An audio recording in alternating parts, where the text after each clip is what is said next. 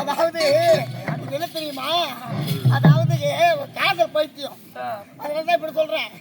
யாரும் கிடையாது இருப்பது நம்ம இருவரும் தான். சரி, வேண்டுமென்றால் உனக்காக இந்த ஜென்மா சாக வேண்டிய ஜென்மம் இது.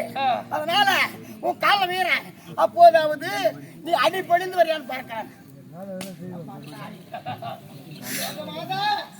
நம்ம மந்திரியே, நம்ம உத்தவியே, எப்படியாவது இதாடி சேர்த்து வைக்கிறோம்.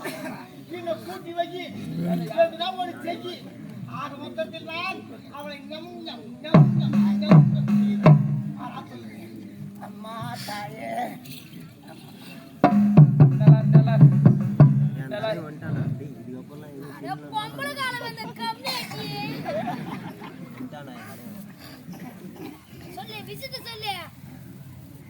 அதுக்குள்ள என்ன அவசரம் சொல்றீங்க? அவசரப்படாது, எழுதுல. ஏய் வாடாங்க, என்ன சொன்ன? கம்யூனிட்டி கால வந்து கம்யூனிட்டி சொல்றேன். விருந்தில் கேட்டு பாரு. எங்க அண்ணனுக்கு தெரியும் அந்த அருமை பெருமை. தெரியுமா? காலையில் என்ன செய்வார்? பகல்ல வேலை பண்ணிப்பார். வேலை பண்ணித்த உடனே இரவு 8 மணிக்கு போய் சாப்பிடுவாரு. சாப்பிட்ட பிறகு இரவு 1 மணிக்கு எங்க அண்ணி போய் எழுப்புவாரு. எழுந்த உடனே வா நம்ம 2 சந்தோஷம் பார்க்கலாம், வாங்க துப்பு வச்சுக்கோ. ஆனாச்சா உன் வேற தொழில் இல்ல, அப்பல போ அப்படின்னு எங்க அண்ணி சொல்லும். அடி பாவி, உன் காலில் உணவு இருந்து காலில் விழுந்து அனுபவிச்சுக்கிறாரு. அவர் 4 செவுத்துக்குள்ள கால விந்தாரு.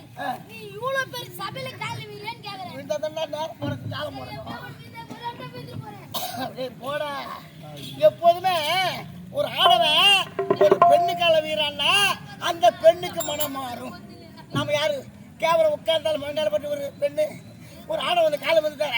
சரி, அனுபவிச்சுட்டு போட்டோம் என்ன நினைப்பாரு. ஆனா சொல்லுது கண்ணே, நான் சொல்வதை கேளு. 1000 முறை எடுத்து ஒரு தலைமுறை கட்டி எடுத்து என்னால் முத்தம் தர முடியாது. உன்னை என்னால் காதல் செய்ய முடியாது. சொல்வதை